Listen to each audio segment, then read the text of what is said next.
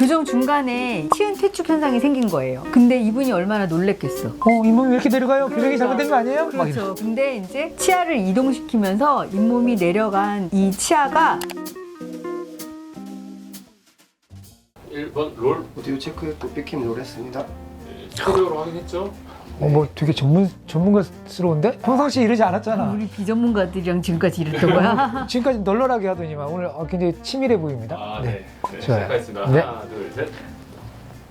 안녕하세요. 최인희 치과의 대표 원장 최기수 원장입니다. 안녕하세요. 체인이 치과 대표 원장 이정아입니다. 네. 제가 듣기로는 나이가 어느 정도 들면 충치 때문에 이빨을 뽑는 것보다는 잇몸 건강이 안 좋아서 이빨을 오. 뽑는 경우가 많다고 하죠. 그럼요. 나이가 들어갈수록 장년층이 돼갈수록 웬만해서는 충치 잘 안 생겨요.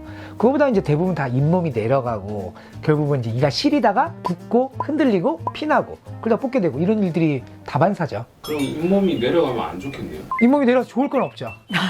아니 안 좋죠. 뭐 좋을 게 없는 게 네. 아니라 안 좋지. 근데 교정을 하면 잇몸이 내려가지 않습니까? 아니지. 내려갈 사람만 내려가는 거고 안 내려갈 사람은 또 안 내려가요. 그리고 그런 사람들이 훨씬 더 많죠. 안 내려가는 사람이 더 많다고. 그럼요. 안 내려가는 사람은 안 내려가는 대로 하지만 우리 같은 환자들은 불안한 거죠. 내려가는 사람이 나면 어떡해? 처음에 정밀검사를 할 때 CT를 다 보고 뼈의 두께 같은 걸 봐요. 이분이 내려갈 것 같아 하면 이 원장님이 처음에 안 내려가도록 노력할게요. 이렇게 하면서 유지시켜 나가죠. 그래서 흔히들 뭐 교정하면 잇몸이 다 내려간다라고 얘기하는 건 사실은 잘못된 속설이에요. 우리 구독자분들 중에서도 나 교정했는데 잇몸 하나도 안 내려갔는데 이런 분들이 더 많을 거예요. 만약에 제가 원장님을 찾아갔는데 내려간대요 저보고. 저는 그러면 아쉽지만 이번 생에 올바른 교합을 갖는 꿈은 접어야 되는 건가요? 그건 아니죠.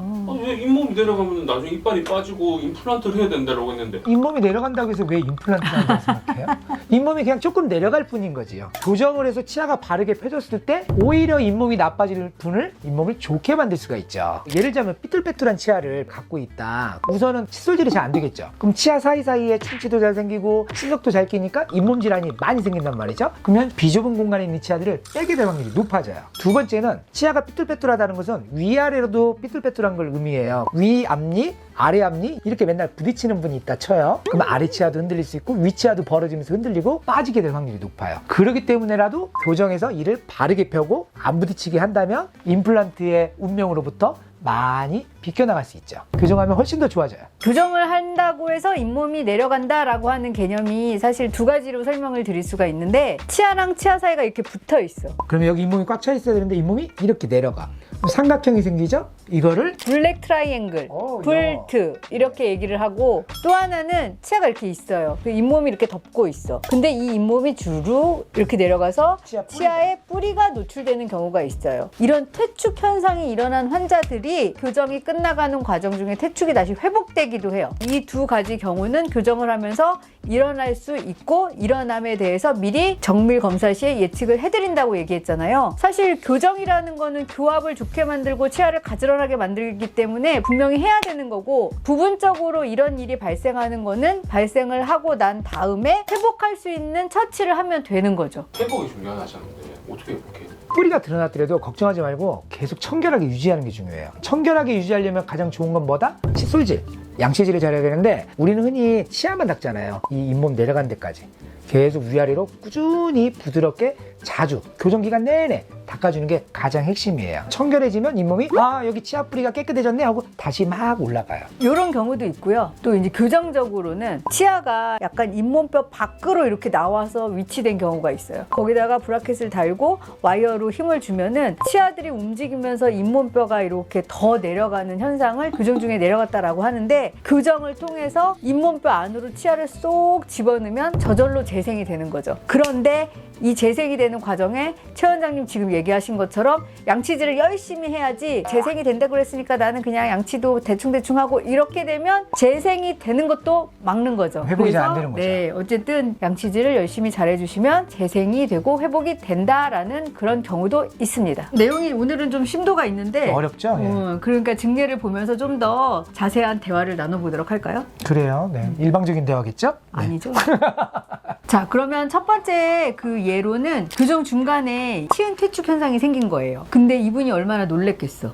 잇몸이 왜 이렇게 내려가요? 교정이 그러니까. 잘못된 거 아니에요? 막 이러- 그렇죠. 근데 이제 치아를 이동시키면서 잇몸이 내려간 이 치아가 잇몸뼈 안으로 쏙 들어갈 거니까 걱정하지 말고 양치질만 잘하세요 라고 계속 환자를 컴다운을 시켰죠. 환자가 정말 잘 믿어주시고 양치질을 정말 잘 해주셨어요. 그러니까 치아가 이동이 돼서 잇몸이 올라간 거 보이죠? 맞아요. 그래서 치아 이동과 꼼꼼한 양치질로 잇몸이 다시 재생된 경우입니다. 두 번째 증례는 제가 했으니까 제가 설명을. 이분은 이제 보면 예전에는 이가 이렇게 삐뚤빼뚤했는데 이가 이제 이렇게 펴진 거죠. 펴지다 보니까 치아와 치아는 붙었는데 밑에 잇몸이 약간 내려가서 블랙 트라이앵글이 생긴 건데, 이런 경우에 이제 저희 병원은 뭐 라미네이트나 크라운 이런 건 안 해요. 작은 아래 앞니를 깎아내면 시리고 신경 치료하고 또 이런 일이 생긴단 말이죠. 그래서 이제 그 다음 화면을 보면 레진으로 블랙 트라이앵글을 그렇게 떼온 거죠. 이와 이 사이에 블랙 트라이앵글을 없애서 이렇게 접점을 붙여주면은 밑에 있는 잇몸이 또 다시 올라와요. 이분은 이제 앞으로 양치질만 잘해주신다면 잇몸은 앞으로 더 건강해지고 잇몸이 내려갈 일도 없을 거예요.